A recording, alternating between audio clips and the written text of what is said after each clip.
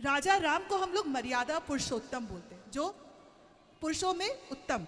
मेरे हिसाब से वो एक बहुत अच्छे बेटे थे। माता कैकेयी ने बोला 14 साल का वनवास चले जाओ, चले गए। भरत को राजगद्दी दे दो, उन्होंने स्वीकृति दे दी। उन्होंने अपने भाइयों के लिए क्या नहीं करा, अपने बेटे होने का पूरा कर्तव्य निभाया। जब अग्नि परीक्षा दी गई थी सीता जी की, तब ये भी बताया गया था कि परछाई गई थी, माता सीता नहीं गई थी। ये बात नारायण को तो पता था, वो तो विष्णु थे, नारायण थे, उनसे क्या छुपा हुआ है। नारायण को पता था धोबी, लेकिन राजा राम को तो सब पता था। सोने की सीता बना करके उन्होंने अश्वमेध यज्ञ किया, ये सब भी हम लोगों ने पढ़ा हुआ है, हम सब जानते हैं। उसके बाद जो उनके गुरुदेव थे, जिनके आश्रम में वो रहकर आई थी, जहाँ पे लवकुश हुए, वो लवकुश से उन्होंने युद्ध लड़ा और उनको ये पता चल गया कि ये 2 संतान जो है वो मेरी ही है, नारायण है, उनसे क्या छुपा हुआ है। तो जब नारायण को सब पता है, नारायण सब जान। बड़ों को प्रणाम, छोटों को राधे राधे। आइए हमारे साथ वीडियो में अंत तक बने रहिए। श्री गुरु जी के मुखारबिंद से जो चर्चा आप सुन रहे हैं, अगर आपको अच्छा लगा हो तो हमारे वीडियो को लाइक एवं सब्सक्राइब जरूर करें। जय श्री राधे राधे। बोला कि आके तुम सबके सामने बोलोगी तो ही मैं तुम्हें अपनी पत्नी होने का स्वीकृति दूंगा। आपने वाल्मीकि रामायण पढ़ी है? हाँ, थोड़ा बहुत पढ़ी है, पूरा तो मैंने भी नहीं पढ़ा, लेकिन जब जितना पूरा पढ़ा पढ़ेंगे ना तो आपके पूरे प्रश्नों का उत्तर मिलेगा। राम जी ने माता सीता को घर से निकाला, ऐसा कहीं नहीं लिखा। नहीं लिखा, माना। फिर दोष किसका है? सीता माँ के वनवास में। सीता जी चली गई लक्ष्मण को बोल करके चलो चलते, ये मुझे पता है। फिर बाद में उन्होंने क्यों बोला कि तुम आकर के सबके सामने बोलोगी तो ही मैं तुम्हें पत्नी स्वीकृति दूंगा? ना, आपका प्रश्न ही गलत है। तो आप सही करिए ना। पहला तो आप ये समझ लो कि सीता माँ स्वयं बोली थी राम जी से कि मुझे अपने बच्चों को जंगल में ऋषि मुनियों के पास जन्म देना है। जब सीता माँ गर्भवती हुई तो सीता माँ जब गर्भवती हुई तो राम जी को पता लगा, सीता तुम गर्भवती हो, बताओ मैं तुम्हें क्या गिफ्ट दूं, क्या दूं तुम्हारी खुशी के लिए।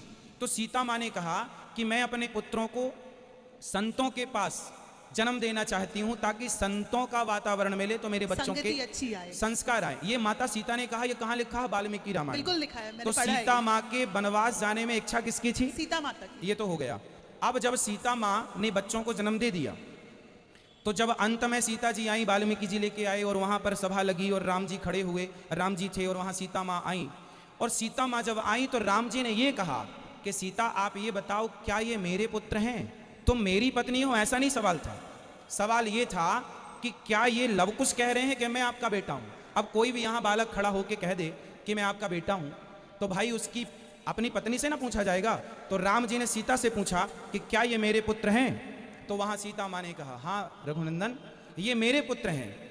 और मैं, हे पृथ्वी माता, यदि ये पुत्र राम के हों, हे आकाश, हे देवताओं को साक्षी मानकर माता सीता ने कहा कि यदि ये दोनों पुत्र मेरे हों और राम के दोनों पुत्र हों, राम के सिवा मैंने स्वप्न में किसी पर पुरुष का स्पर्श और चिंतन ना किया हो, तो हे पृथ्वी माता मुझे स्थान दे दो। उसी क्षण पृथ्वी फट गई और माता सीता पृथ्वी में समा गई। उसका मतलब ये हुआ कि सीता माँ पर राम जी को कोई संदेह नहीं था, लवकुश पर भी डाउट नहीं था, पर एक बार पूछना जरूरी था। समाज को संदेह था तो समाज के संदेह को क्लियर किया। जी, इतनी सी बात पे क्या माता सीता अपनी माता को बुला करके वापस चली जाएंगी? क्योंकि वो लीला पूरी हो रही थी। आप समझो, राम जी आए थे अपनी लीला करने। राम जी धरती पर कितने वर्ष रहे बताओ? रहे उन्होंने अपने बाद अपने पिता 11,000 वर्ष तक। और जब सीता माँ धरती पर समाई उस समय राम जी के 11,000 वर्ष की लीला पूरी हो चुकी थी। अब वो लीला पूरी थी तो जाना था, वो लीला थी। उसके बाद पिता की दी हुई आयु दशरथ जी की वो 2000 वर्ष वो पूरी की। हाँ, ये मुझे पता है कि उन्होंने अपने पिता की, तभी काल आए थे और उनसे पूछा था कि अभी भी रुकना है कि फिर सोचो, आप तो ये भी सवाल कर सकती हैं कि लक्ष्मण जी तो साथ में रहते थे, अंत में लक्ष्मण जी को भी त्याग दिया था राम जी। वो तो मुझे पता है, काल खुद ही। तो वो त्याग नहीं था, एक्चुअली वो लीला पूरी हो रही थी, वो एक बहाना था। कृष्ण जन्म के पर आते, माता यशोदा ने अपनी पुत्री खो करके कृष्ण को 14 साल तक पूरा प्यार दिया। ऐसा विवरण है कि वो माता कौशल्या का रूप था, जो 14 साल वो नहीं करी थी, वो इस युग में उन्होंने पूरा कर दिया था। जब तक भगवान ग्वाल बाला कहलाते हैं तब तक वो माता यशोदा के लल्ला कहलाते हैं। जब वो द्वारकाधीश बने, जब वो राधा के से निकल के रुक्मणी के हो गए, जब वो द्वारिकाधीश बने, क्या कोई ऐसा पल आया जिसमें वो वृंदावन वापस जाके माता यशोदा और नंद बाबा से मिले हो? क्योंकि भगवान ने एक पल के लिए भी कभी वृंदावन का परित्याग नहीं किया। इसके लिए मैं आपको एक वो कथा सुनाऊंगा छोटी सी, जो आपने कभी नहीं सुनी। सुनी होती तो ये सवाल नहीं होता। जिस समय भगवान श्री कृष्ण को लेकर वसुदेव जी आए, आपको पता है यशोदा ने कन्या को जन्म दिया था। तो एक कन्या को ही नहीं, साथ हमें एक लल्ला को भी जन्म दिया था। अच्छा। यशोदा माँ ने 2 संतानें जन्म दी थी, एक थे कृष्ण, एक थी माया। वसुदेव जी जिनको लेकर आए वो भी कृष्ण। अब आप कहेंगे कि एक साथ 2, हाँ, एक साथ परमात्मा ने 2 माताओं के गर्भ से जन्म लिया था, देवकी और यशोदा। ये बात सुनने के लिए आप लिए रहो माइक, आप लिए रहो। ये बात सुनने के लिए आपको बैक में जाना पड़ेगा। जब चित्रकूट में राम जी बैठे और कैकेयी माँ रोने लगी, तो राम जी ने कैकेयी माँ से कहा, माँ क्यों रो रही हैं? बोले, मैं अभी तक आपने मुझे माफ नहीं किया। राम जी ने कहा, कर दिया माँ, गलती नहीं है आपकी। कैकेयी माँ ने कहा कि यदि आपने मुझे माफ कर दिया है तो एक वचन दो कि अगले जन्म में आप मेरे पुत्र बनकर आओगे। तो कैकेयी माँ ने बीच में एंट्री मार दी। उस समय राम जी की प्लानिंग हो चुकी थी कि अगले जन्म में यशोदा का बेटा बनना है। फिर आनंद फानन में राम जी ने ये वाला लीला इसको सेट की, इनको देवकी बनाया और देवकी के गर्भ से, माँ तेरा जन्म तो लूंगा पर तुम्हारा दूध नहीं पीऊंगा।